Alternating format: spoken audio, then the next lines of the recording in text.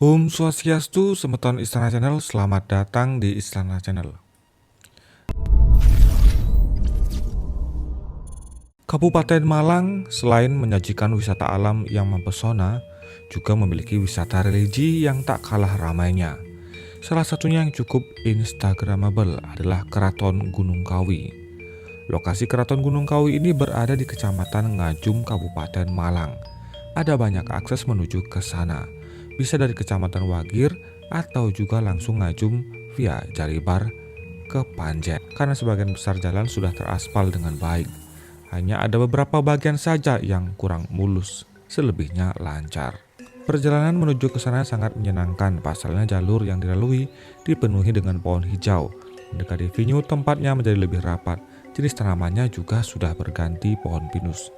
Bayangkan saja berkendara di tengah pohon pinus yang mengeluarkan aroma segar, menyenangkan, sejuk, tenang, dan banyak spot foto kece. Kawasan ini memang berada di lereng Gunung Kawi, sehingga hawanya sejuk dengan khas pepohonan daun berbentuk jarum. Sepanjang jalan juga sudah dibangun spot foto dan venue wisata baru. Sekali jalan, Anda bisa mendapatkan banyak foto ciamik, asal hasil fotonya bagus. Lokasi wisata ini dikelola oleh Perhutani melalui RPH Gendogo dan dikelola sejak tahun 1965. Dulunya lokasi ini dipercaya kerap dijadikan untuk tempat ritual.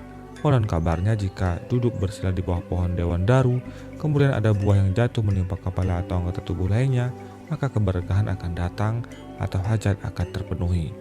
Memang ketika wisatawan masuk, selalu ditanya kebutuhan kedatangan untuk ritual atau wisata. Wisata Keraton Gunung Kawi ini akan relatif sepi di hari biasa. Tempat serasa milik sendiri. Namun jika sudah mulai bulan Suro atau Muharram, pengunjung mulai rame.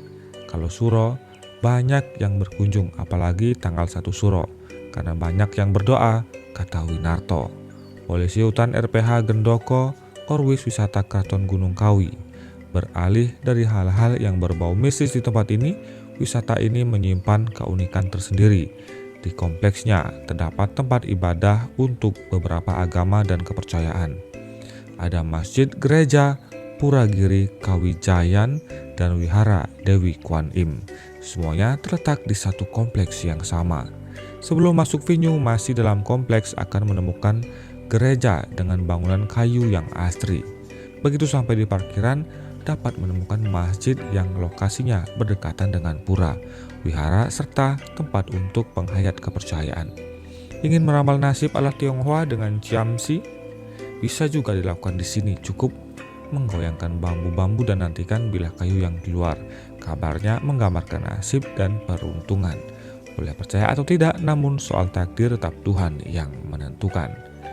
Juga ada petilasan di Keraton Gunung Kawi. Awalnya hanya petilasan Empu Sendok, Prabu Kaswara I yang pernah betapa di sini.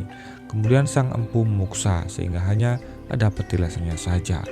Kompleks tempat ibadah ini sudah berdiri sejak 5 tahun lalu. Tujuannya, kata Winarto, untuk menunjukkan kerukunan umat beragama. Di sini rukun, tidak ada gesekan, dan juga ingin menunjukkan keberagaman, katanya. Di tempat ibadah itu, katanya selalu saja ada kegiatan, entah di pura, wihara, gereja, atau masjid. Kalau Suro ada keselamatan di sini, dari warga-warga jauh juga sering, katanya. Harga tiket masuk murah, hanya 10.000. Adapakah dengan Gunung Kawi atau yang disebut Kawitan? Gunung Kawi punya nama kuno sebagai Kawitan, yang artinya awal atau paling awal. Sejak kecil, saya sering mendengar nama Gunung Kawi lengkap dengan cerita miringnya, yaitu tempat mencari pesugihan.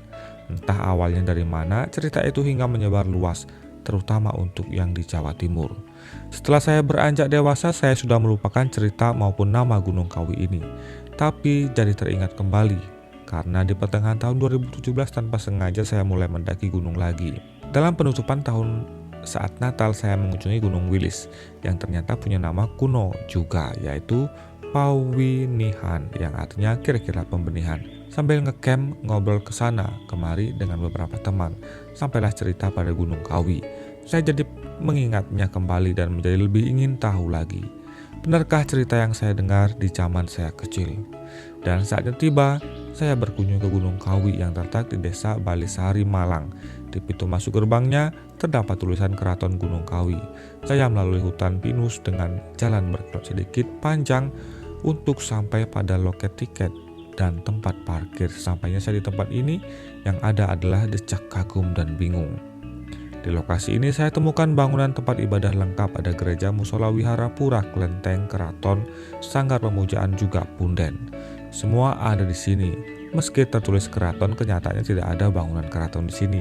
Ada juga sebuah patung yang dibuat, yaitu burung Garuda, lengkap juga dengan semua simbol, di dada bertuliskan Bhinneka Tunggal Ika. Sangat jelas pesan yang ingin disampaikan. Meski kita memiliki beberapa agama dan keyakinan di Indonesia, semua tetap rukun, akur, hidup berdampingan dengan tentram dan damai. Maaf kalau saya ikut narsis pada semua tempat ibadah, karena saya sangat bahagia melihatnya, hingga ingin mengabadikan diri juga di tempat ini, dan berharap semua warga Indonesia bisa menjaga kerukunan dan hidup berdampingan, tentram, damai, penuh dan toleransi hingga kapanpun. Karena itulah jiwa yang kita miliki sejak dahulu.